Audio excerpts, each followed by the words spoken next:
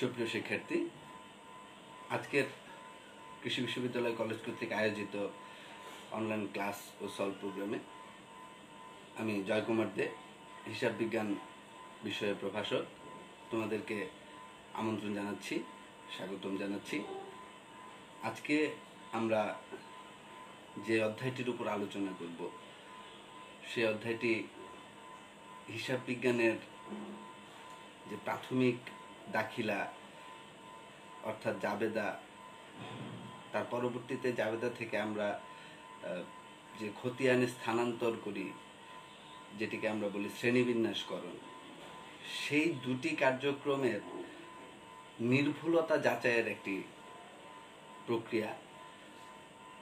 অর্থাৎ একটি হিসাব আমরা যখন জাবেদা লিপিবদ্ধ করি, লেনদেন সংঘটিত হওয়ার সাথে সাথেই সেই জাবেদায় সেটিকে আমরা সঠিকভাবে লিপিবদ্ধ করেছি কিনা, জাবেদা থেকে খতিয়ানে স্থানান্তরের যে প্রক্রিয়া সেটি সঠিক ছিল কিনা, সেই সার্বিক বিষয়গুলোকে পরবর্তীতে আমরা যে গাণিতিক শুদ্ধতা যাচাই এর যে ব্যাপারটি থাকে, সেই গাণিতিক শুদ্ধতা যাচাইয়ের যে প্রক্রিয়াটি, সেই প্রক্রিয়াটির নাম হচ্ছে রেওয়া মিল বা ট্রায়াল ব্যালেন্স।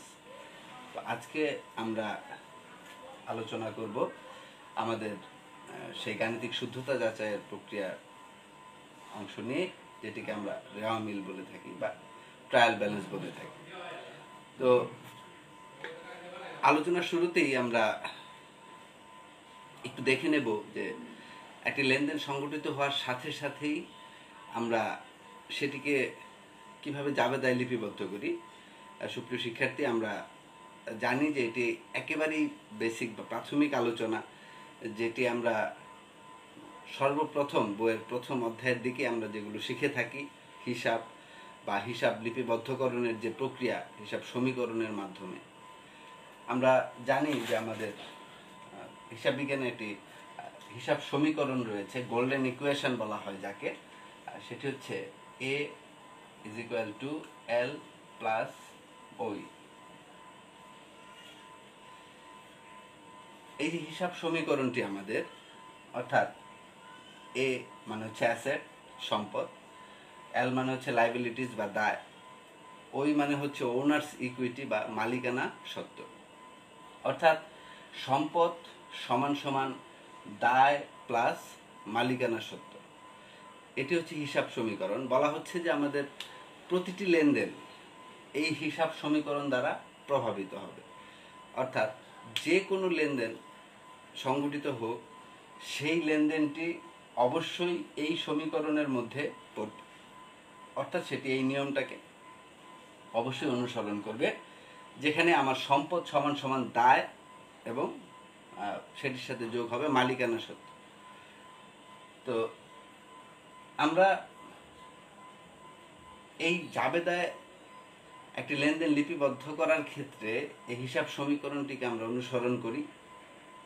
আমরা দেখি দুতরফা দাখিলা পদ্ধতির যে নীতি বা দুতরফা দাখিলা পদ্ধতির যে বৈশিষ্ট্য, সে অনুযায়ী আমরা একটি লেনদেন সংঘটিত হওয়ার সাথে সাথেই প্রথমে সেটি থেকে দুটি পক্ষকে আইডেন্টিফাই করি, তারপর একটি পক্ষকে আমরা ডেবিট করি নিয়ম অনুযায়ী, আরেকটি পক্ষকে আমরা করি ক্রেডিট, সমপরিমাণ টাকা।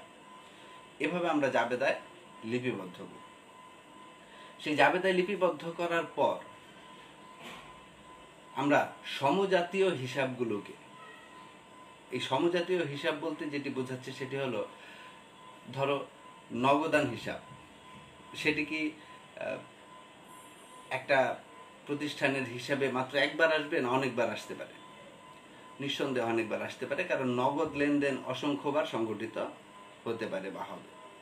তারপর ধরে নাও ক্রয় অথবা বিক্রয়, এগুলো কি হয়? অনেকবার সংঘটিত হয়। তো আমরা এই যে বারবার সংঘটিত হওয়ার বিষয়টি একটি লেনদেনে, এই নগদান হিসাব, ক্রয় হিসাব, বিক্রয় হিসাব, প্রাপ্য হিসাব বা প্রদেয় হিসাব, এই বিষয়গুলো বারবারই সংঘটিত হবে এবং বারবারই আমাদের হিসাবের খাতায় লিপিবদ্ধ করতে হবে। তো দেখা গেল আমি জানুয়ারির 1 তারিখ 2019 একটি লেনদেন সংঘটিত হলো যে জনাব রহিম নগদ 10,000 টাকা নিয়ে কারবার আরম্ভ করলেন। তো এই যে জনাব রহিম নগদ 10,000 টাকা নিয়ে কারবার আরম্ভ করলেন, তো জানুয়ারির 1 তারিখে আমি সেটির জাবেদা দিব নগদান হিসাব ডেবিট, মূলধন হিসাব ক্রেডিট।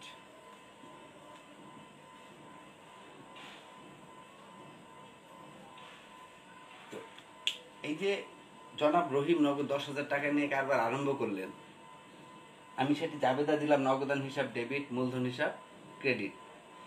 এই জাবেদাটি আমি কিভাবে দিলাম? আমি প্রথমে সেই লেনদেনটি থেকে দুটি পক্ষকে আইডেন্টিফাই করেছি, অর্থাৎ যেই ঘটনাটি বা যেই লেনদেনটি সংঘটিত হয়েছে সেখানে হিসাবে লিপিবদ্ধ করার মতো দুটি পক্ষ ছিল। দেখো তোমরা একটু ভালোভাবে লেনদেনটি পড়লেই বুঝতে পারবে যে সেখানে কি ছিল দুটি পক্ষ। একটি ছিল যে জনাব রহিম নগদ টাকা নিয়ে কারবার আরম্ভ করলেন, তাহলে সেখানে নগদ অবশ্যই একটি পক্ষ, খুব গুরুত্বপূর্ণ। আর এই নগদ টাকাটির উৎস কি, অর্থাৎ এটি কোথা থেকে আসলো, যদি আমরা সেটি বিশ্লেষণ করি তখন আমরা দেখব যে একজন ব্যক্তি অর্থাৎ জনাব রহিম উনি নগদ টাকাটি কারবারে নিয়ে এসেছেন, তাহলে তার উৎসটি হচ্ছে জনাব রহিম। তাহলে জনাব রহিম হচ্ছেন ওই প্রতিষ্ঠানের স্বত্বাধিকার বা মালিক। তো উনি নগদ টাকা কারবারে নিয়ে আসছেন, তাহলে সেখানে দুটি পক্ষ হিসেবে আমরা খুব সহজে আইডেন্টিফাই করতে পারি যে একটি পক্ষ হচ্ছে নগদ, আরেকটি হচ্ছে মূলধন। কার মূলধন? জনাব রহিমের মূলধন, উনি নগদ টাকা নিয়ে এসেছেন। তাহলে এই যে দুটি পক্ষ আমরা চিহ্নিত করলাম, প্রথম যে কাজ আমাদের আমরা বলেছি যে আইডেন্টিফাই করা, অর্থাৎ দুটি পক্ষকে চিহ্নিত করা। অ্যাকাউন্টিং এর যে সংজ্ঞাটি, accounting is an information system that identifies, communicates to the interested users। অর্থাৎ ওই সংজ্ঞাটিতে কিন্তু প্রথম যে কথাটি বলা যে accounting is an information system, হিসাব বিজ্ঞান হচ্ছে একটি তথ্য ব্যবস্থা, দ্যাট আইডেন্টিফাই অর্থাৎ কিনা চিহ্নিত করে, রেকর্ডস অর্থাৎ লিপিবদ্ধ করে, and communicates the economic event of an organisation, এবং সেই যে ইকোনমিক ইভেন্টগুলো বা অর্থনৈতিক যে লেনদেনগুলো একটা অর্গানাইজেশনের সংঘটিত হয় সেটিকে সরবরাহ করে, সেই তথ্য ব্যবস্থাটিকে সরবরাহ করে কাদের কাছে? To the interested users. তাহলে আমরা সংজ্ঞাটি বিশ্লেষণ করলে কিন্তু দেখতে পারি প্রথম যে কথাটি বলা হচ্ছে টু আইডেন্টিফাই অর্থাৎ চিহ্নিত করা। এই যে আমরা প্রথম যে কাজটি করি যে একটি লেনদেন থেকে দুটি পক্ষকে চিহ্নিত করি, যে এখানে একটি পক্ষ ছিল নগদান হিসাব, আরেকটি পক্ষ ছিল মূলধন। এই আইডেন্টিফাই করা যে প্রক্রিয়া, তারপরের প্রক্রিয়াটি হচ্ছে রেকর্ডস। এই যে আমি লিপিবদ্ধ করলাম, আমি চিহ্নিত করার পর আমি সেটিকে ডেবিট এবং ক্রেডিট হিসাবে রেকর্ডস করলাম বা লিপিবদ্ধ করলাম। তাহলে নগদান হিসাব এখানে ডেবিট কেন হলো? আমি যখন দেখলাম যে ওই লেনদেনটিতে দুটি পক্ষ ছিল এবং এর মধ্যে একটি পক্ষ হচ্ছে নগদান হিসাব, তখন আমরা দেখলাম যে সেখানে নগদ টাকাটা কি হয়েছে। আমরা জানি নগদান কোন ক্যাটাগরির, কোন শ্রেণীভুক্ত। আসলে নগদান হচ্ছে আয়, ব্যয়, দায় না সম্পদ। আমরা জানি যে নগদান হচ্ছে সম্পদ, নগদান হিসাব হচ্ছে সম্পদ হিসাব। তাহলে সম্পদের ক্ষেত্রে হিসাব বিজ্ঞানের নীতিমালা অনুযায়ী যে সূত্রটি রয়েছে সেটি হচ্ছে সম্পত্তি বৃদ্ধি পেলে কি হয়? ডেবিট হয়, এবং হ্রাস পেলে হয় ক্রেডিট। তাহলে এখানে যখন জনাব রহিম নগদ টাকা নিয়ে কারবার আরম্ভ করলেন, তখন আমার সম্পত্তি কি বৃদ্ধি পেল না হ্রাস পেল? নগদ টাকা নিয়ে কারবার আরম্ভ করেছেন, তাহলে নগদ টাকা এখানে কি অবশ্যই প্রতিষ্ঠানে বৃদ্ধি পেয়েছে, আর নগদ টাকা বৃদ্ধি পেয়েছে মানে হচ্ছে সম্পত্তি বৃদ্ধি পেয়েছে। তো নিয়ম অনুযায়ী সম্পত্তি বৃদ্ধি পেলে ডেবিট হয়, এই জন্য আমরা নগদান হিসাবকে এখানে ডেবিট লিখলাম। আরেকটি পক্ষ কি ছিল সেখানে? মূলধন। তো সে মূলধনটি আমরা জানি যে ক্যাপিটাল বা মালিকানা সত্ত্ব, ওনার সিকিউরিটির অংশ। মূলধন মালিক নিয়ে আসে প্রতিষ্ঠানে, এটি প্রতিষ্ঠানের জন্য একটি দায়। কেন দায়? কারণ মালিক এই প্রতিষ্ঠানে যে টাকা নিয়ে আসে সেটি কিন্তু মালিক সত্ত্ব ত্যাগ করে একেবারে প্রতিষ্ঠানকে দিয়ে দেয় না। মালিক প্রতিষ্ঠানে টাকা ইনভেস্ট করে, ভবিষ্যতে সে মুনাফা সহ সেই টাকাটা যেন আবার উঠিয়ে নিতে পারে সেজন্য। অর্থাৎ আজকে প্রতিষ্ঠান যে টাকাটি পাচ্ছে মালিকের কাছ থেকে, ভবিষ্যতে সেটিকে কিন্তু আবার তাকে ফেরত দিতে হবে। অর্থাৎ যা কিছু দিতে হবে বা পরিশোধ করতে হবে সেটি হচ্ছে দায়। তো এই ক্ষেত্রে এই মূলধনটি হচ্ছে প্রতিষ্ঠানের এক প্রকার দায়। আমরা জানি অনেকেই, আবার অনেকেই হয়তো বা তোমরা জানো না যে এই যে সমীকরণটি এ সমান সমান এল প্লাস ওই, এর পূর্বের যে রূপ, সনাতন যে রূপ, মূলত সেটি ছিল এ সমান সমান এল। অর্থাৎ সমীকরণটি আগে ছিল A is equal to L. তার মানে সম্পদ সমান সমান হচ্ছে দায়। A is equal to L, asset is equal to liabilities, অর্থাৎ সম্পদ সমান সমান দায়। কিন্তু এখন আমরা যে বর্তমান রূপটি এখানে দেখছি এ সমান সমান এল প্লাস ওই, এখানে যে ওইর অংশটা যে যুক্ত হয়েছে, এটির কারণ কি? এটির পেছনে একটি কারণ আছে। কারণটি হচ্ছে, দেখো, এ সমান সমান এল অর্থাৎ সম্পদ সমান সমান দায় যখন বলা হচ্ছে, তো দায়ের মধ্যে আসলে দুটি বিষয় থাকে, দু রকমের দায় থাকে। একটা অন্তর্দায়, একটা হচ্ছে বহির্দায়।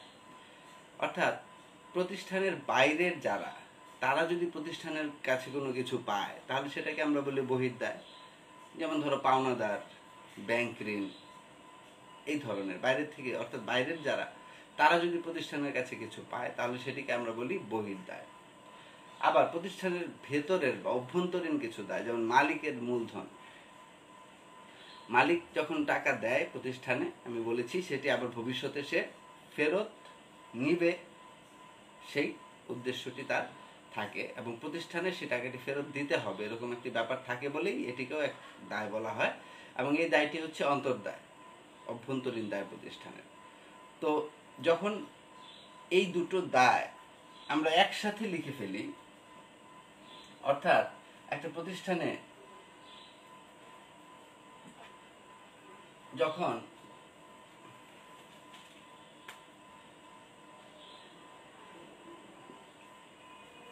একটা প্রতিষ্ঠানে ধরে নাও 20,000 টাকার সম্পদ, অর্থাৎ নগদ টাকা এসেছে 20,000। এই নগদ 20,000 টাকা এসেছে কিভাবে?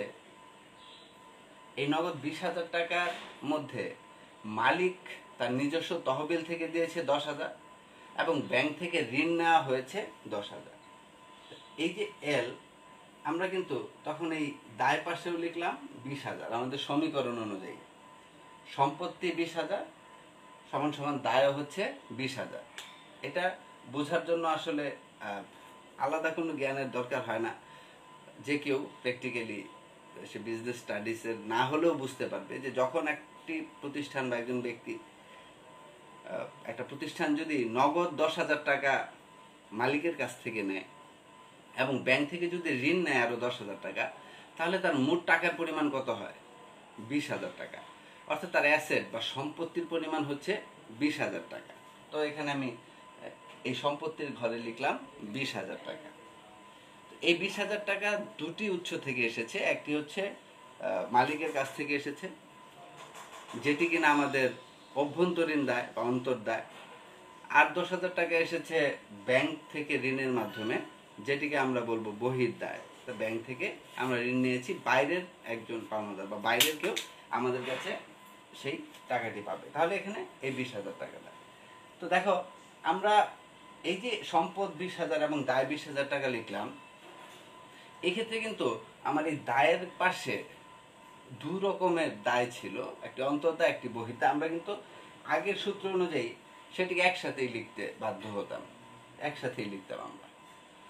এবার একটি জিনিস তুমি দেখো খুব ভালোভাবে লক্ষ্য করে, বাইরের যে দায়গুলো থাকে, অর্থাৎ বহির যে দায়গুলো থাকে আমাদের, সেগুলো কিন্তু আমরা একটা নির্দিষ্ট সময়ের মধ্যে পূরণ করতে বা পরিশোধ করতে বাধ্য থাকি।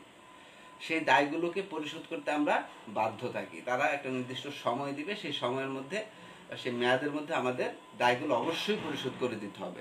দ্যাট মিনস ওই লাইবিলিটিসটা পরিশোধের জন্য আমাদের কিন্তু একটা প্রিপারেশন থাকতে হবে, প্রিপারেশন রাখতে হবে। ওই দায়টি পরিশোধের যে প্রিপারেশনটা আমাদের রাখতে হবে সেটা হচ্ছে আমাদের সেই পরিমাণ নগদ অর্থ বা নগদ টাকা আমাদের হাতে রাখতে হবে।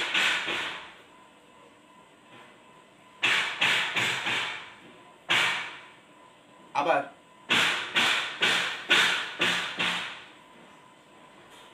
অন্যদিকে এই 10,000 টাকা যে মালিকের টাকা, মালিক যে টাকাটি নিয়ে এসেছে 10,000 টাকা, সেটি হচ্ছে অন্তর্দায়। তো মালিকের যে টাকাটি সেটি পরিশোধ করার জন্য কিন্তু আসলে সেরকম ধরা বাঁধা কোনো মেয়াদ থাকে না নির্দিষ্ট, অর্থাৎ এত দিনের মধ্যে এটি পরিশোধ করতেই হবে এরকম কোনো বাধ্যবাধকতা থাকে না। যখন প্রতিষ্ঠানের ফিনান্সিয়াল কন্ডিশন ভালো থাকে, যখন সে পরিশোধ করতে সক্ষমতা অর্জন করে, তখনই মালিক সেই টাকাটা উঠিয়ে নেয় প্রতিষ্ঠান থেকে। তাহলে এই যে দায় দুই ধরনের, তো আমরা কিন্তু এর মধ্যে 10,000 টাকার যে দায় মালিকের, সেটি আপাতত না দিলেও আমাদের চলবে, বা সেটির জন্য আমাদের নির্দিষ্ট কোনো ধরাবাঁধা সময় থাকে না। কিন্তু বহির যে দায় সেটি কিন্তু অবশ্যই আমাদের পরিশোধ করে দিতে হবে।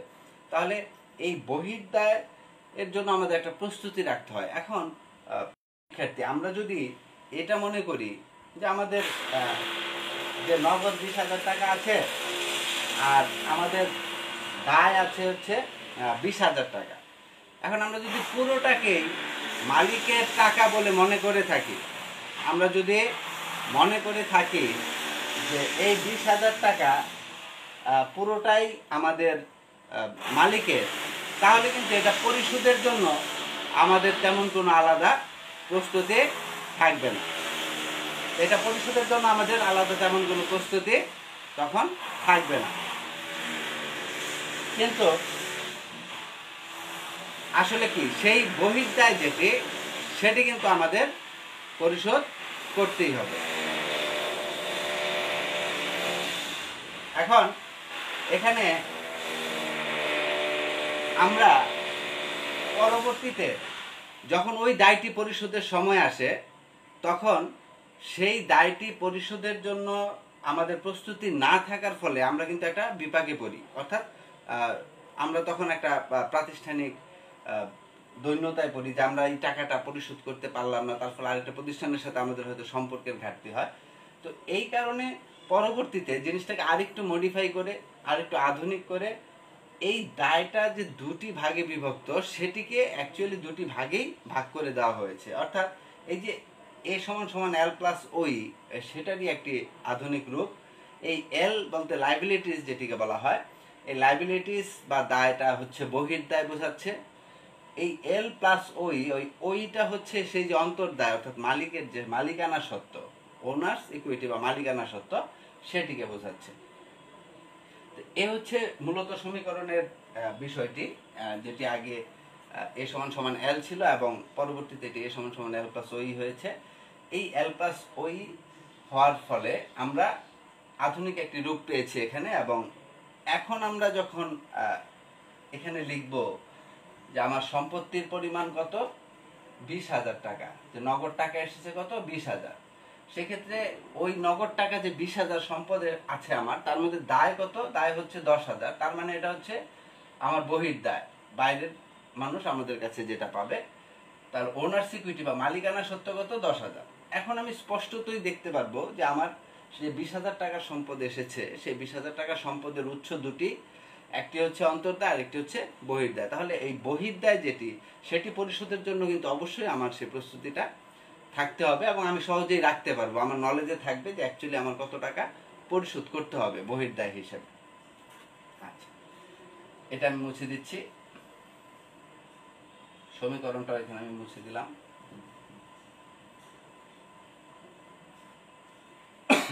সরি। তো আমরা বলছিলাম যেটি, যে জানুয়ারির 1 তারিখে যে ঘটনাটি ঘটলো, নগদ টাকা নিয়ে কারবার আরম্ভ করলেন, সেখানে মূলধন যে দায়, সে দায়, মূলধন বৃদ্ধি পেলে ক্রেডিট হয়, দায় বৃদ্ধি পেলে ক্রেডিট হয়, এর জন্য মূলধন হিসাব ক্রেডিট। এই যে নগদান হিসাব ডেবিট, জানুয়ারির 1 তারিখে নগদ টাকা এসেছে, নগদান হিসাব ডেবিট। আবার হয়তো জানুয়ারির 5 তারিখে নগদে পণ্য বিক্রয় করা হলো, তখন আবার আমরা জাবেদা দিব নগদান হিসাব ডেবিট, বিক্রয় হিসাব ক্রেডিট। নগদান হিসাব ডেবিট, বিক্রয় হিসাব ক্রেডিট। তো প্রিয় শিক্ষার্থী, আমরা এই জানুয়ারির 5 তারিখের জাবেদাটি লক্ষ্য করলে দেখব যে নগদে পণ্য বিক্রয় করা হয়েছিল।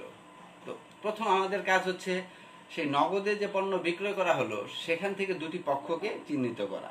নগদে পণ্য বিক্রয় করলে তুমি একটু লক্ষ্য করলেই দেখতে পারবে যে সেখানে দুটি পক্ষের, একটি হচ্ছে নগদান আর একটি হচ্ছে বিক্রয়। নগদান কি, কোন ক্যাটাগরি? নগদান হচ্ছে সম্পদ, সম্পত্তিবাচক হিসাব। তাহলে নগদান এখানে বিক্রয়ের ফলে বৃদ্ধি পেল না হ্রাস পেল? আমি যদি পণ্য বিক্রয় করে থাকি নগদে, তাহলে নগদ টাকা আসবে বা সম্পত্তি বৃদ্ধি পাবে। তো সম্পত্তি বৃদ্ধি পেলে কি হবে? ডেবিট হবে। এই জন্য নগদান হিসাব এখানে ডেবিট। বিক্রয়ের ফলে কি হয়? বিক্রয় কোন জাতীয় হিসাব? সম্পদ, দায়, আয় না ব্যয়? পণ্য বিক্রয় করলে আয় হয়, আয় সৃষ্টি হয়, তাহলে বিক্রয়টা হচ্ছে আয়। আয়ের ক্ষেত্রে ফর্মুলা বা সূত্রটি হচ্ছে যে আয় বৃদ্ধি পেলে ক্রেডিট হয়। তাহলে আয় যদি বৃদ্ধি পেলে ক্রেডিট হয়, তাহলে বিক্রয়ের ফলে আমার আয় বৃদ্ধি পায়, ওই জন্য এখানে বিক্রয় হিসাব ক্রেডিট হয়েছে।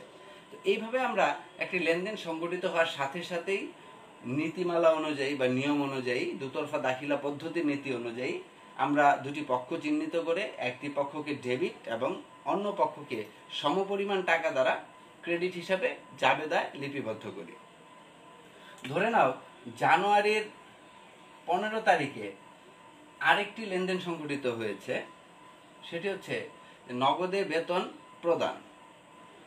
তাহলে নগদে যদি বেতন প্রদান করি, আমরা একটু লক্ষ্য করলেই দেখতে পারবো আবারও যে এখানে দুটি পক্ষ, একটি হচ্ছে নগদ, একটি হচ্ছে বেতন, হিসাবের খাতায় লিপিবদ্ধ করার মতো। তাহলে নগদ একটি পক্ষ, বেতন একটি পক্ষ। এখানে বেতনটা কি? আয়, ব্যয়, দায় না সম্পদ? আয়, ব্যয়, দায় না সম্পদ? তাহলে এই যে আয়, ব্যয়, দায় এবং সম্পদ, এই চারটি কিন্তু হিসাব বিজ্ঞানের মূল ভিত্তি বা পিলার বলা যেতে পারে, চারটি স্তম্ভ। একটি চেয়ার যেমন চারটি পায়ের উপর থাকে, ঠিক এই হিসাব বিজ্ঞানটিও এই চারটি বিষয়ের উপর পরিচালিত, প্রতিষ্ঠিত। ধরো তুমি যদি খুব ভালোভাবে এই আয়, ব্যয়, সম্পদ এবং দায়গুলোকে জাস্ট চিনে নিতে পারো, দ্যাট মিনস আইডেন্টিফাই করতে পারো, তাহলেই তোমার কাছে হিসাব বিজ্ঞান একেবারেই সহজ মনে হবে। এই চারটি বিষয়কে আইডেন্টিফাই করতে পারাটাই হচ্ছে এখানে মূল কাজ। তুমি যদি চিনে নিতে পারো যে কোনটা সম্পদ হবে, কোনটা আয় হবে, কোনটা ব্যয় হবে, কোনটা দায় হবে, তাহলে কোনো অঙ্কই তোমার কাছে জটিল মনে হবে না। তো আমরা বললাম নগদে বেতন প্রদান, তাহলে এখানে বেতনটা কি? আয়, ব্যয়, দায় না সম্পদ? তাহলে এখানে বেতনটা হচ্ছে ব্যয়। বেতন প্রদান করলে আমাদের কি হবে? ব্যয় হবে। তাহলে বেতনটা হচ্ছে ব্যয়। তো নীতিমালা অনুযায়ী বা নিয়ম অনুযায়ী ব্যয় বৃদ্ধি পেলে ডেবিট হয়। সেই জন্য আমরা এখানে লিখলাম বেতন হিসাব ডেবিট। বেতন হিসাব ডেবিট। এবার এই বেতন প্রদান করার ফলে আমার নগদ টাকা কি হলো? বাড়লো না কমলো? বেতন প্রদান করলে নগদ টাকা কমে যাবে। তাহলে নগদ টাকা চলে যাবে বা কমে যাবে। নগদান হচ্ছে সম্পত্তিবাচক হিসাব, সেখানে কি হবে? সম্পত্তি হ্রাস পাবে। নগদান হিসাব হচ্ছে ক্রেডিট।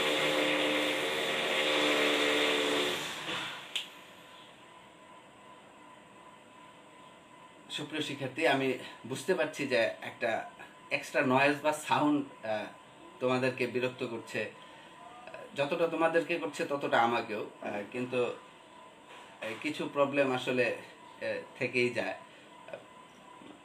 প্রতিবেশী কোনো বাসায় হয়তো বা থাই গ্লাস লাগানোর কাজ চলছে, সেখানে ভারী ম্যাটেরিয়ালস ব্যবহার করা হচ্ছে, যার আওয়াজ এ পর্যন্ত আসছে। এখন এখান থেকে তাকে আটকানোর বা থামানোর কোনো উপায় আপাতত আমার জানা নেই, তাই আমি আন্তরিকভাবে দুঃখিত এটার জন্য।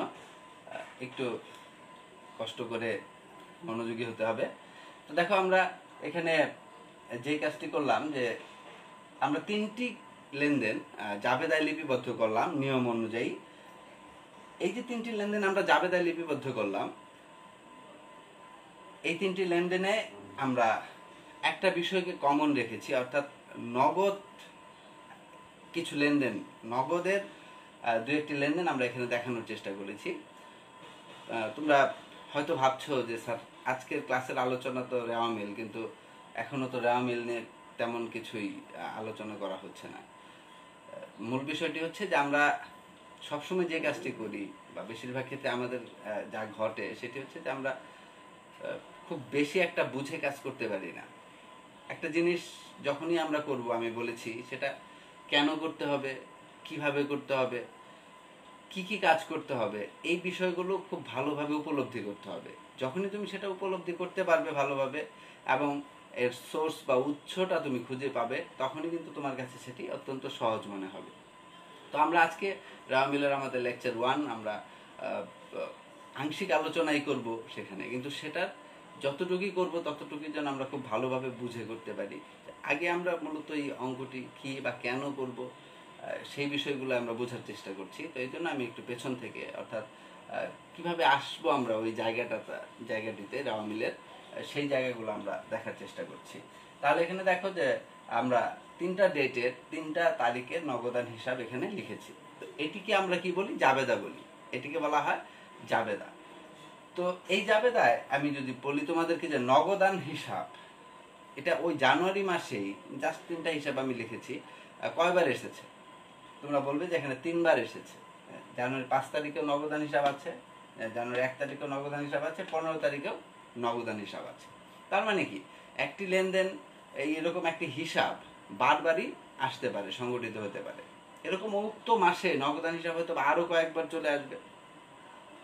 তো এই যে জাবেদা আমরা করলাম, এই জাবেদা করার পর আমরা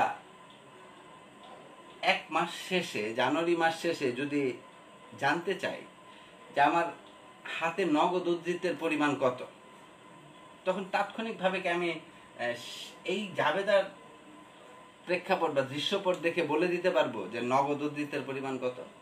প্রিয় শিক্ষার্থী, দেখো নগদান হিসাব ডেবিট হওয়া মানে কি? নগদ টাকা বৃদ্ধি পাওয়া। আবার নগদান হিসাব ক্রেডিট হওয়া মানে কি? নগদ টাকা চলে যাওয়া। তাহলে আমাদেরকে তখন খুঁজে খুঁজে দেখতে হবে যেখানে যেখানে নগদান হিসাব ডেবিট হয়েছে তার মানে নগদ টাকা এসেছে, তাহলে সেগুলো যোগ করতে হবে। তারপর যেখানে যেখানে নগদান হিসাব ক্রেডিট হয়েছে তার মানে নগদ টাকা চলে গেছে, সেখান থেকে নগদটা মাইনাস করতে হবে বা বাদ দিতে হবে।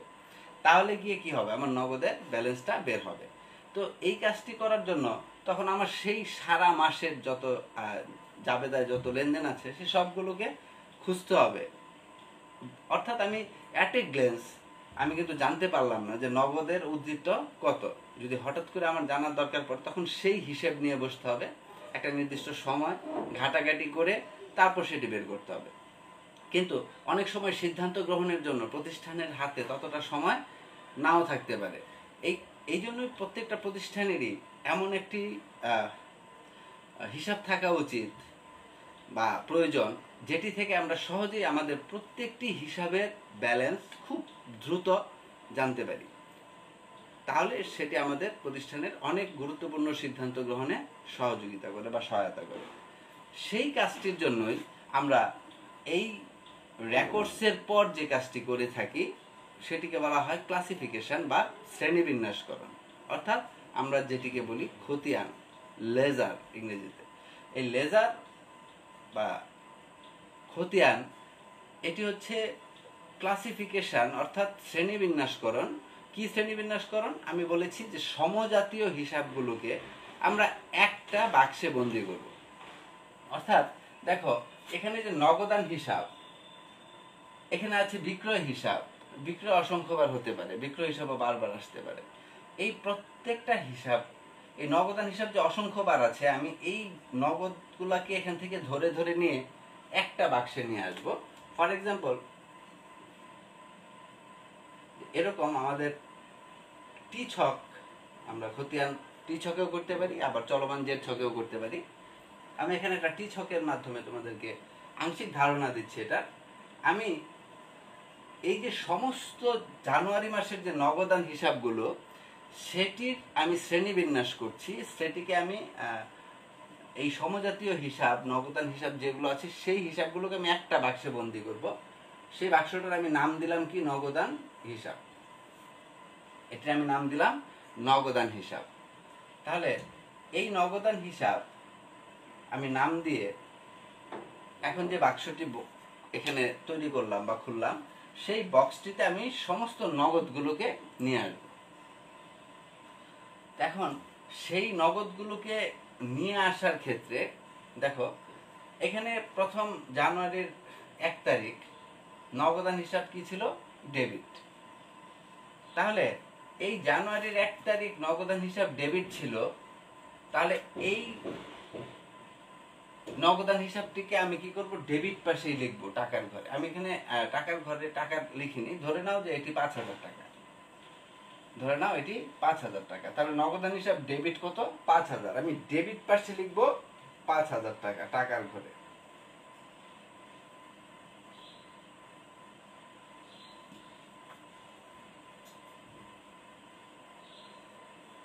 তাহলে আমি ডেবিট পাশে লিখলাম 5,000 টাকা টাকার ঘরে। কিন্তু এই বিবরণের ঘরে আমি নগদান হিসাব না লিখে কি লিখবো, বিপরীত হিসাবটি লিখবো, মূলধন হিসাব।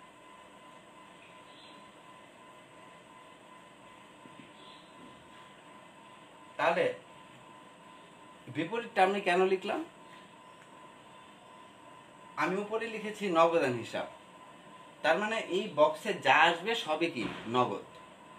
এখন ডেবিট পাশে যে নগদগুলো আসবে আমি বুঝবো যে এখানে টাকা বৃদ্ধি পেয়েছে, বা এই নগদ টাকাগুলো, ডেবিট পাশের যে নগদ টাকাগুলো লেখা হবে, বোঝা যাবে যে এর মাধ্যমে নগদ টাকা এসেছে। ক্রেডিট পাশে যখন নগদান হিসাব লেখা হবে তখন বোঝা যাবে যে এর মাধ্যমে নগদ টাকা চলে গেছে। তাহলে ধরো আমি 5 তারিখ নগদান হিসাব আবার কি হয়েছে, ডেবিট, এটা ধরো 10,000। তাহলে আবার ডেবিট পাশে আমি লিখলাম 10,000। আমি বললাম এবারও নগদান হিসাব না লিখে বিবরণের ঘরে আমরা বিপরীত নাম লিখব, সেটি কি, বিক্রয়। আমি লিখলাম বিক্রয়। তারপর আবার 15 তারিখ, এখানে 15 তারিখে নগদান হিসাব কি হয়েছে, ক্রেডিট। তাহলে ক্রেডিট পাশে লিখবো, ধরে নাও এটি 7,000। তাহলে 7,000 টাকা আমি ক্রেডিট পাশে লিখলাম। কি নামে লিখবো, নগদান হিসাব ক্রেডিট পাশে লিখেছি, কিন্তু নগদান নামে না লিখে বিপরীত নামে লিখবো। তাহলে বিপরীত নামটা হচ্ছে বেতন হিসাব। আমি বেতন হিসাব নামে লিখলাম। তো এই যে বিপরীত নাম যে লেখা হচ্ছে বারবার, আমরা অনেকেই বিপরীত নামে লিখি খতিয়ানে, কিন্তু অনেকে আবার বুঝতে পারি না বা জানি না যে কেন বিপরীত নামে লিখতে হয়। তো একটু লক্ষ্য করলেই দেখা যাবে, আমি যে কথাটি বললাম যেখানে নগদান হিসাব বলা আছে, তো নগদান হিসাব উপরে বলা আছে মানে এই বক্সটিতে যা যা হিসাব আসবে সবই নগদ টাকা। তাহলে ডেবিট পাশে টাকার ঘরে আমরা যে অ্যামাউন্টগুলো এখানে দেখব, সেই নগদ টাকাগুলো এসেছে। ক্রেডিট পাশে যেগুলো দেখবো সেগুলো চলে গেছে। এখন আমি ভিতরেও যদি নগদান হিসাব লিখি, তাহলে আমি এইটুকু বুঝবো যে ডেবিট পাশে যে নগদ টাকাগুলো এসেছে, মানে লেখা হয়েছে, সেটি প্রাপ্তি, মানে নগদ টাকা এসেছে। ক্রেডিট পাশে যেটি লেখা হয়েছে সেটি প্রদান, মানে নগদ টাকা চলে গেছে।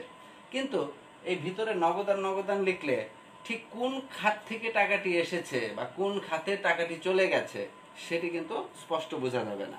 ঠিক এই কারণেই আমরা খতিয়ান করার সময় বিপরীত নামে হিসাবটি লিখি, যার ফলে আমরা বুঝতে পারি যে নগদ টাকা যে এসেছে সেটি ঠিক কোন খাত থেকে এসেছে। দেখো প্রিয় শিক্ষার্থী, আমরা এখানে লিখেছি নগদান হিসাব, টাকা লিখেছি ডেবিট পাশে 5,000।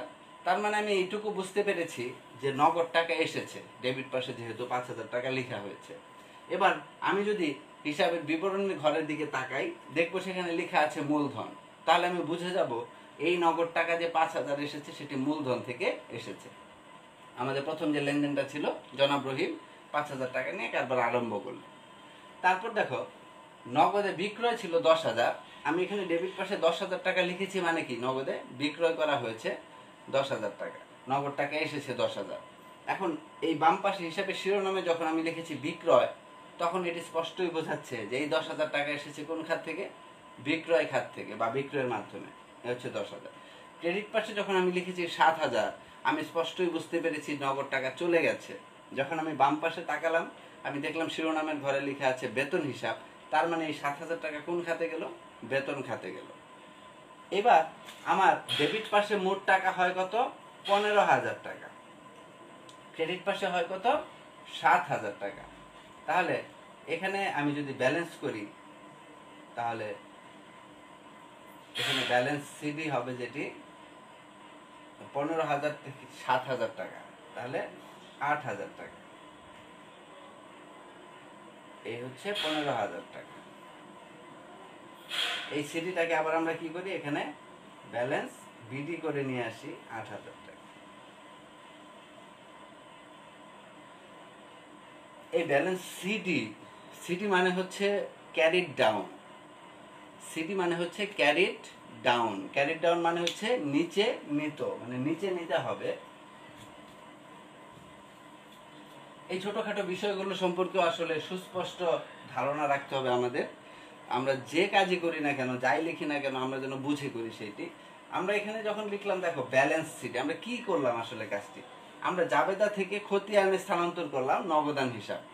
এখন এই নগদান হিসাবটিকে যে স্থানান্তর করলাম আমরা দেখলাম যে আমাদের নগদটাকে এসেছিল কত, 15,000, চলে গেছে কত, 7,000। তাহলে তুমি খুব প্র্যাকটিক্যালি কমন সেন্স থেকে বলো, 15,000 টাকা এসেছে, 7,000 টাকা চলে গেছে, হাতে থাকলো কত, 8,000। সেই 8,000 টাকাই তো আমাদের ব্যালেন্স।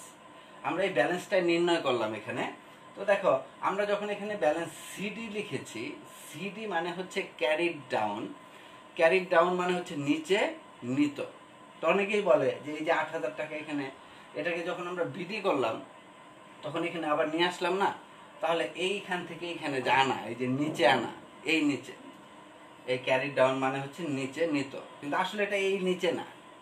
আমরা এই অঙ্কটা করছিলাম জানুয়ারির মাসের। তো ব্যালেন্সটা আমরা যেদিন বের করি সেই তারিখটা হচ্ছে জানুয়ারি 31, অর্থাৎ মাসের শেষ তারিখে। তাহলে মাসের শেষ তারিখে আমি যদি লিখি ব্যালেন্স সিডি অর্থাৎ ক্যারিড ডাউন, এই ক্যারিড ডাউনটা মানে হচ্ছে নিচে নিত। এই নিচে মানে হচ্ছে জানুয়ারির নিচে যেই মাস সেই মাসে, অর্থাৎ পরবর্তী মাসে। তাহলে ফেব্রুয়ারির 1 তারিখ, এই অ্যামাউন্টটাকেই ফেব্রুয়ারির 1 তারিখে আমরা এই অ্যামাউন্টটাকে লিখছি বিডি নামে 8,000।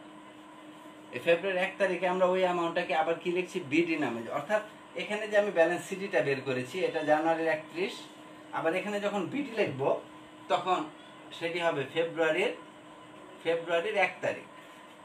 তাহলে এই যে বিডি আর সিডি, এটার মানে কিন্তু এই নর্মাল উপর নিচ না, পরবর্তী মাস, অর্থাৎ জানুয়ারির নিচে কি মাস, দেখো ফেব্রুয়ারি। তাহলে বলা হচ্ছে জানুয়ারির 31 তারিখে সিডি মানে ক্যারিড ডাউন, অর্থাৎ নিচে নিত। তাহলে নিচে বলতে কোন নিচে, জানুয়ারির নিচে কি মাস, ফেব্রুয়ারি। তাহলে ফেব্রুয়ারিতে নিতে হবে। তাহলে আমরা আজকে আমাদের এই মাস শেষে যে হাতে নগদ 8,000 টাকা থেকে গেল, আমরা কি সেটি ফেলে দেব না অন্য কোনো খাতে খরচ করে ফেলবো না, সেই উদ্বৃত্তটা নিয়ে পরবর্তী মাসের হিসাবটা শুরু করব। অবশ্যই আমরা পরবর্তী মাসে সেই উদ্বৃত্তটা নিয়ে শুরু করব। তাহলে এখানে এই যে সিডি যে 8,000 টাকা, যেটিকে বলা হচ্ছে ক্যারিড ডাউন মানে নিচে নিত, সেটিকে আমরা নিচে নিয়ে আসলাম ফেব্রুয়ারির 1 তারিখে, আবার এই টাকাটা নিয়ে শুরু করলাম। তখন আমি এটিকে বলছি কি বিডি, অর্থাৎ ব্রড ডাউন। বিডি মানে হচ্ছে ব্রড ডাউন, ব্রড ডাউন মানে হচ্ছে উপর থেকে আনিত। তাহলে ফেব্রুয়ারির উপরে কোন মাস, জানুয়ারি। তাহলে এটা কোত্থেকে আনা হয়েছে, জানুয়ারি থেকে আনা হয়েছে। তার মানে এই বিডি মানে ব্রড ডাউন মানে উপর থেকে আনিত, আর সিডি হচ্ছে ক্যারিড ডাউন মানে নিচে নিত। যাই হোক, দেখো আমরা এই যে এখন নগদানের যে খতিয়ানটি করলাম তার মাধ্যমে আমরা জানতে পারলাম যে নগদের ব্যালেন্স কত। দেখো আমাদের যে খতিয়ানের এটা টি ছক, দুটো দিক ছিল, একটা ডেবিট একটা ক্রেডিট। এবার দেখো এখানে নগদানের ব্যালেন্স কত বের হয়েছে, 8,000। 8,000 কি ব্যালেন্স বের হয়েছে, ডেবিট ব্যালেন্স না ক্রেডিট ব্যালেন্স? যেহেতু ব্যালেন্স বিডিটা ডেবিট পাশে লেখা আছে, তার মানে এটি হচ্ছে ডেবিট ব্যালেন্স। তাহলে এটাকে আমি যদি সামারাইজ করে আমি যদি সংক্ষেপে লিখি, তাহলে নগদান হিসাব এখানে ডেবিট হয়েছে কত, 8,000। অর্থাৎ এই পুরো মাসের যে হিসাবটি, সেই পুরো হিসাবটি থেকে আমি কিন্তু একটি বাক্যে আমার সেই পুরো মাসের সামারিটা বলে দিতে পারছি যে নগদান হিসাব ডেবিট কত, 8,000। তাহলে 8,000 টাকা আমার কি বের হলো, ব্যালেন্স বের হলো। কিসের ব্যালেন্স, নগদান। তাহলে প্রিয় শিক্ষার্থী, ঠিক একইভাবে আমরা যখন বিক্রয়ের খতিয়ান করব তখন বিক্রয়ের ব্যালেন্স বের হবে ক্রেডিট। ধরো সেখানে 12,000, 10,000 টাকা লিখেছিলাম। তাহলে বিক্রয়ের ব্যালেন্স ধরো এখানে বের হয়েছে 10,000 টাকা। তারপর ধরো আমরা বেতন দিয়েছিলাম সেখানে, তাহলে বেতনের আমরা যদি খতিয়ান করি সেখানে বেতনের ডেবিট হয়েছে ধরো 7,000 টাকা। তারপর ধরো আমরা যদি দেখি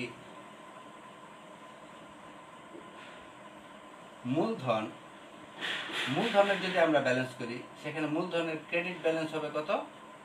5,000।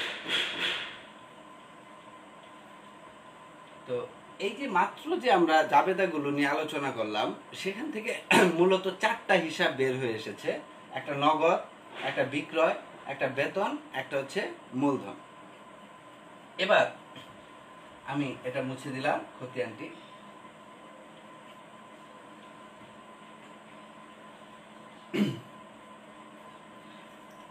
এবার আমরা শেষ প্রান্তে এসে ক্লাসের সেই রাও মিলের বিষয়ে আলোচনা আসবো। মূলত এখন পর্যন্ত আমরা কি করলাম? আমরা যেটা করলাম সেটা হচ্ছে যে আমরা জাবেদা করলাম, জাবেদা করে আমরা জাবেদার থেকে সমজাতীয় হিসাবগুলোকে খতিয়ানে স্থানান্তর করলাম। তো এই যে কাজগুলো করার পর যখন আমি এই ব্যালেন্সগুলোর উপর ভিত্তি করে আর্থিক বিবরণী করব, তার আগে আমার একটু জেনে নেওয়া উচিত যে আমি আগে যে কাজগুলো করলাম সেখানে কি কোথাও ভুল করেছি। যদি কোনো ভুল সেখানে থেকে থাকে তাহলে আমার আর্থিক বিবরণীটা নিঃসন্দেহে ভুল হবে।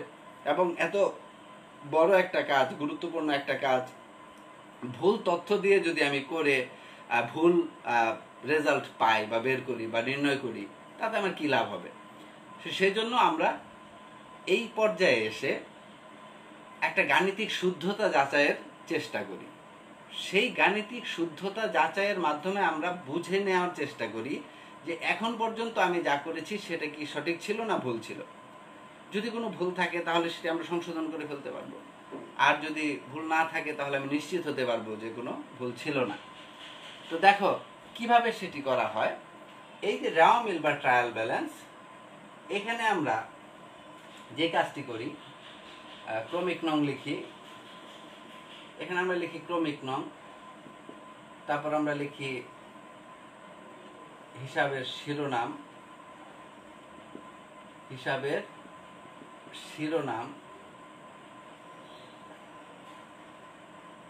তারপর আমরা লিখি খতিয়ান পৃষ্ঠা, তারপর আমরা লিখি ডেবিট টাকা, ক্রেডিট টাকা।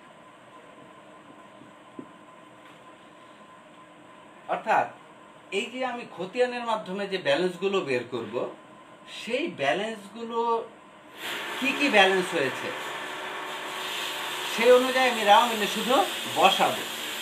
যেমন দেখো আমরা এখানে যে কাজটি করেছিলাম, 4টি আইটেম এসেছিল আমাদের, 1 2 3 4। আমি সেই 4টি আইটেম এখানে লিখলাম। 1, হিসাবের শিরোনাম হচ্ছে নগদান হিসাব। 2 হচ্ছে বিক্রয় হিসাব। 3 হচ্ছে বেতন হিসাব। 4 হচ্ছে মূলধন হিসাব।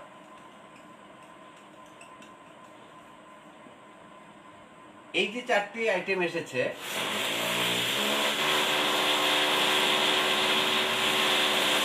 এখানে নগদান হিসাবের ব্যালেন্স কি এসেছিল আমাদের? ডেবিট।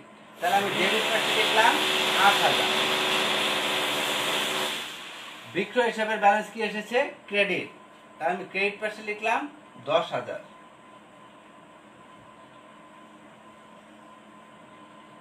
বেতন হিসাবের ব্যালেন্স এসেছে আমাদের ডেবিট 7,000। মূলধন হিসাবের ব্যালেন্স আমাদের এসেছে ক্রেডিট 5,000।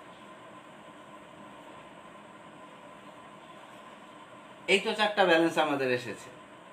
এখন আমি ডেবিট ব্যালেন্সটাকে ডেবিটের ঘরে লিখেছি, ক্রেডিট ব্যালেন্সটাকে ক্রেডিটের ঘরে লিখেছি। এবার সবগুলো ব্যালেন্স এরকম প্রত্যেকটা হিসাব শিরোনামের ব্যালেন্স লেখার পর আমি শেষে গিয়ে টোটাল করব। ডেবিট পাশে 8 আর 7 কত হয়? 15,000। ক্রেডিট পাশে কত? 10 আর 5 কত? 15,000। কি হলো তাহলে ঘটনাটি? যে আমার ডেবিট এবং ক্রেডিট দিকে টাকা কি হলো? মিলে গেল। এই যে যখনই মিলে গেল তখনই আমি বুঝতে পারলাম যে আমার এখন পর্যন্ত যে হিসাব সেটি নির্ভুল আছে, অর্থাৎ আমি এটার একটা গাণিতিক শুদ্ধতা যাচাই করলাম। এই যে প্রক্রিয়াটি, এই প্রক্রিয়াটির নামই হচ্ছে রেওয়া মিল বা ট্রায়াল ব্যালেন্স। তা এখন এই যে রেওয়া মিল বা ট্রায়াল ব্যালেন্স আমি করব, যখন আমার অঙ্কের উদ্দীপকে দেওয়া থাকবে তখন কিন্তু আমাকে শুধু হিসাবের শিরোনামগুলোই দিবে, সেখানে কিন্তু কোনটা ডেবিট কোনটা ক্রেডিট সেটা বলে দিবে না। আমার কাজই হচ্ছে যে আমি এই রেওয়া মিলে যখন এই হিসাবের শিরোনামগুলোকে বসাবো, তখন আমি আমার অর্জিত জ্ঞান দিয়ে আমার বলতে হবে যে কোন হিসাবটা ডেবিট ব্যালেন্স কোনটা ক্রেডিট ব্যালেন্স। তার জন্য আমাদের যে ব্যাপারটা জানতে হবে সেটি হচ্ছে যে এই যে হিসাবগুলো, এই হিসাবগুলোর স্বাভাবিক জের কি, হিসাবগুলোর স্বাভাবিক জের কি। দেখো প্রিয় শিক্ষার্থী, আমরা বলেছি তোমাদেরকে যে সম্পদ,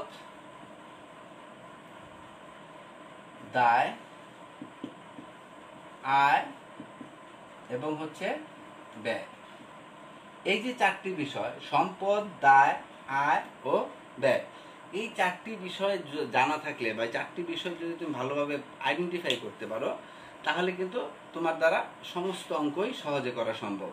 তো এই রেওয়া মিল করার ক্ষেত্রে তোমাকে মোস্ট ইম্পর্টেন্ট যে বিষয়গুলো, যেটি সবচেয়ে বেশি গুরুত্ব দিতে হবে, সেটি হচ্ছে কোন হিসাবের স্বাভাবিক জের কি হয়।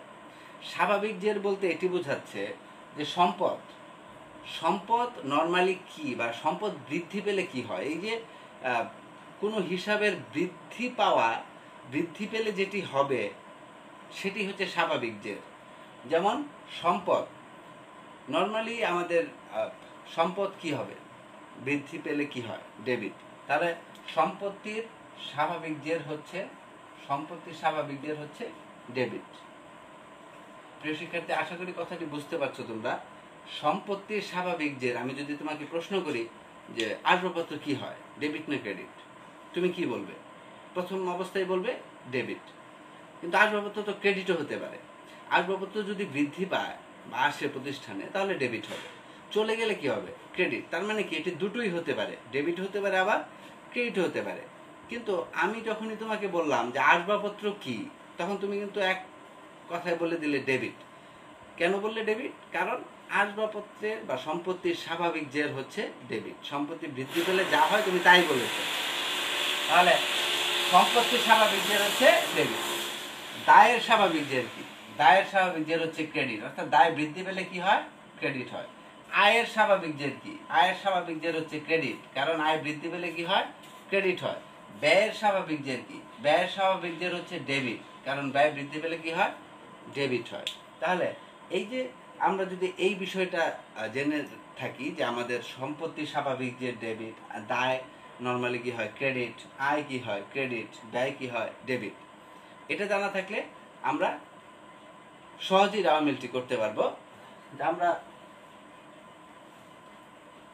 এই রেওয়া মিল করার ক্ষেত্রে অনেক সময় আমরা সংক্ষেপে এটা বলে থাকি যে রেওয়া মিল করার ক্ষেত্রে কি হবে, আমাদের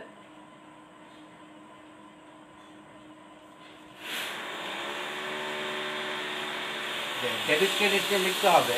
তখন যদি থাকে নগদান হিসাব, তাহলে আমি কি বলবো, নগদান কি, সম্পদ, সম্পদ কি হয়, ডেবিট, সম্পদের স্বাভাবিক জের কি, ডেবিট, তাহলে নগদান কি হবে, ডেবিট হবে। আমরা দেখো যদি আমাদের হিসাব সমীকরণটাকে বিশ্লেষণ করি, এ সমান সমান এল প্লাস ওই, এ সমান সমান হচ্ছে এল প্লাস ওই।